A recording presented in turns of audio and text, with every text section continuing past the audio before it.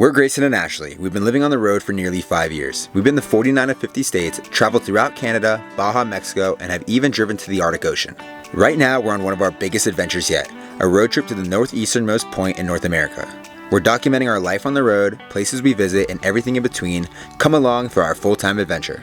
In this video, we will be exploring the Columbia River Gorge, which is a stunning canyon that cuts through the Cascade Mountains, forming the border between Oregon and Washington. It's home to over 90 waterfalls, including the famous Molanoma Falls. It's the largest concentration of waterfalls in North America, with dramatic cliffs, lush forests, and river views around every turn. We're spending one full day in the Columbia River Gorge, which is one of the most epic landscapes in the Pacific Northwest, and we've mapped out a 10-stop loop that hits waterfalls and historic viewpoints without too much backtracking, and we are super excited for it. If you're looking to spend a full day in the gorge, follow along because we're hitting spots that you're not going to want to miss. This morning, we're starting off our time in the gorge at Molanoma Falls. This is probably the most popular waterfall in the area, and it is recommended to get here before 10 a.m. We're here at 9 a.m. and clearly we're not alone, but we know it gets a lot busier than this. Molanoma Falls, with over 2 million visitors per year, stands at a breathtaking 620 feet tall, making it the tallest waterfall in Oregon. Fed year-round by underground springs, its two-tiered drop is pure Pacific Northwest magic. The Benson Bridge, built in 1914, lets you walk right between the upper and the lower falls.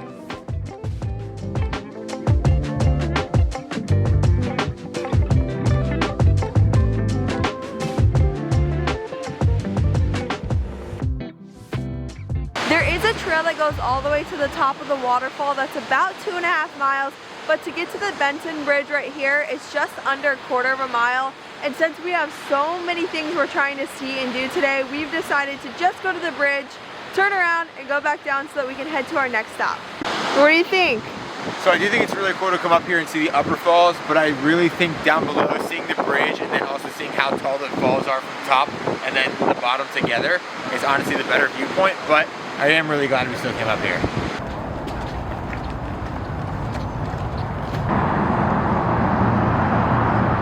We're on our way to stop number 2, and this is going to be the only time we're backtracking this whole trip today.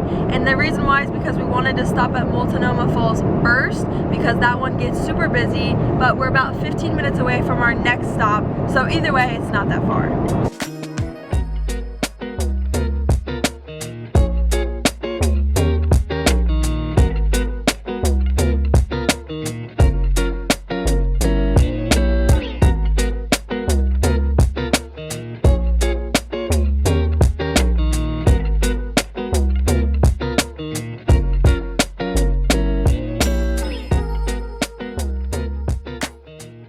Our second stop is the Vista House. It was built in 1917 on one of the most scenic spots of the Columbia River Gorge Highway. And as you can see, the views here are just beautiful, but it was originally built as a rest stop for those who were traveling the historic Columbia River Gorge Highway. And it is now a museum, but also offers beautiful views of the gorge in all directions.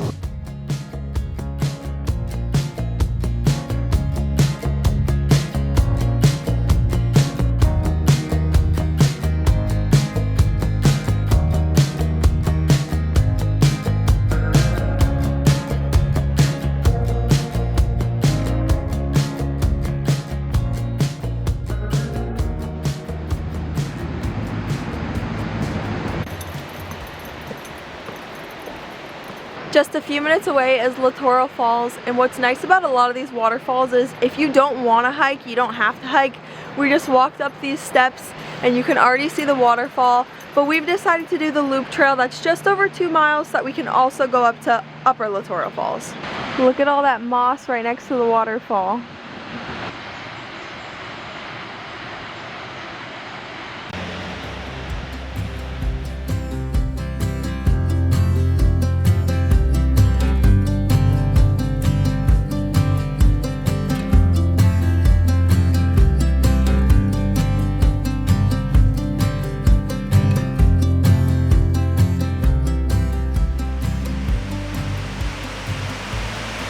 We've made it to upper Loro Falls. I'm really glad we decided to do the whole trail instead of just see the falls from the bottom. This whole trail has been so lush, and I'm really excited to do the rest of the trail.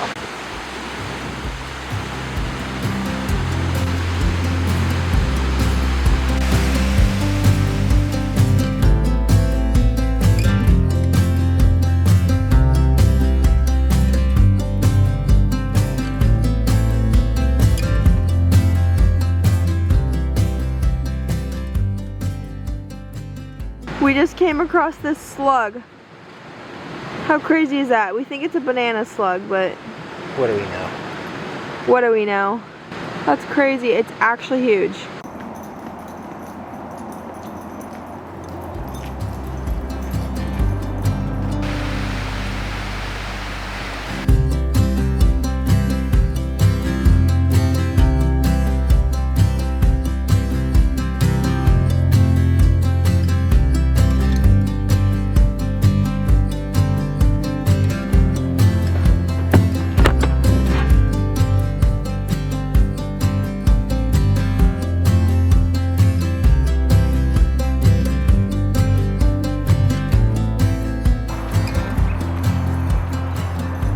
Stop number 4 is Bridal Falls. It's about 0.6 of a mile round trip to visit these waterfalls. And this area kind of reminds me of the 395 that we drove if you watched that video a few videos back. And not because of the landscape or anything like that, but because every so often there's something to see. And in this case, it seems like we're stopping about every 5 minutes.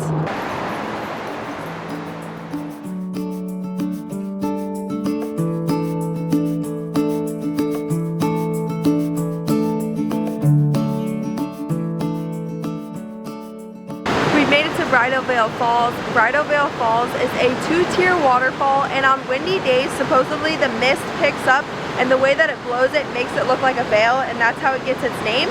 Today is a pretty chill day. There's no wind or anything, so we can't see that, but the waterfall is still stunning to look at.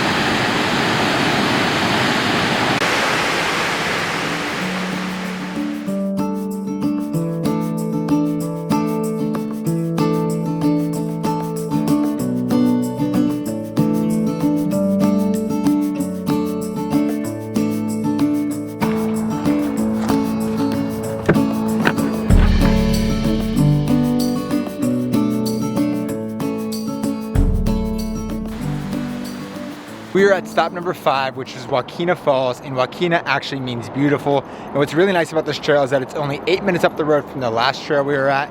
It's also only half a mile round trip. We're really hoping that these falls are going to be as stunning as the last ones, especially because they are called beautiful falls basically. And what's really cool about this entire area, not just this trail, is that it's super dog friendly. So there's nothing better than getting out with the pups and exploring nature.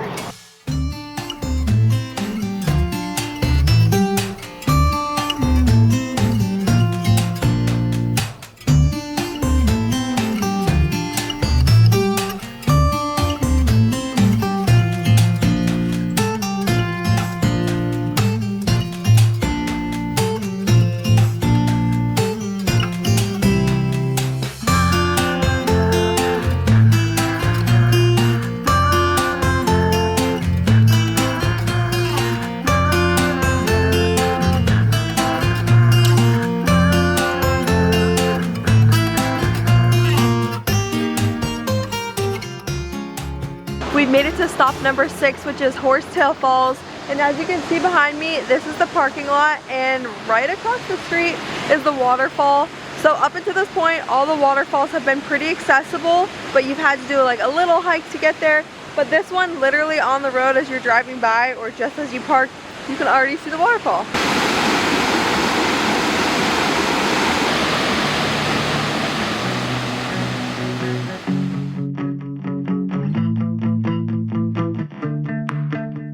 What I've liked about every single waterfall so far is that the name typically has something to do with the waterfall. So Horsetail Falls is actually named after how it flows. And just a little fun fact, this waterfall stands at 176 feet tall. There's something about waterfalls that we just absolutely love, but especially being in Oregon, surrounded by all this lush greenery, and then staring at the waterfalls and having some of that mist hit you, it literally feels like a magical dream. It doesn't even feel real. We've seen so many waterfalls today, and every single one of them has blown us away in different ways because they all look so different. As we were walking back to the truck, someone told us that there is a hike that goes to the upper falls. We didn't even know it existed, and if we did, we would have saved time for it because he showed us pictures and you could actually walk behind the waterfall, and it did look really cool. So if you do end up coming to this area, we definitely would recommend doing that. But we're gonna have to save it for next time because I believe it's about a mile round trip, which isn't too long, but we just didn't save time for it.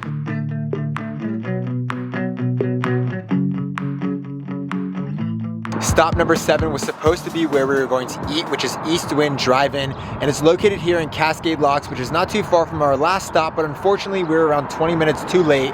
This retro diner is known for its burgers as well as its very, very large ice cream cones. We've heard only good things, but I guess we're gonna have to try it next time. Thankfully, we have our house with us, so we're gonna eat real quick and then continue on our journey on the other side in Washington.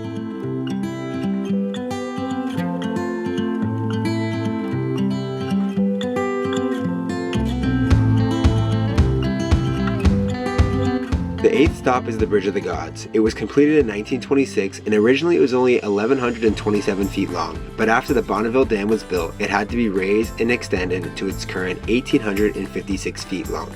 This bridge connects Oregon and Washington and gives a new perspective of both the gorge and the river. Now that we've made it into Washington, we only have 2 more stops before we wrap up our time in the gorge. But our first stop in Washington, our 9th stop overall, is Beacon Rock Viewpoint. This is an 848-foot volcanic monolith that was named by Lewis and Clark back in 1805. And it's super cool. Look how huge it is. We've been looking at waterfalls all day long, which we absolutely love, but it is really cool to switch it up.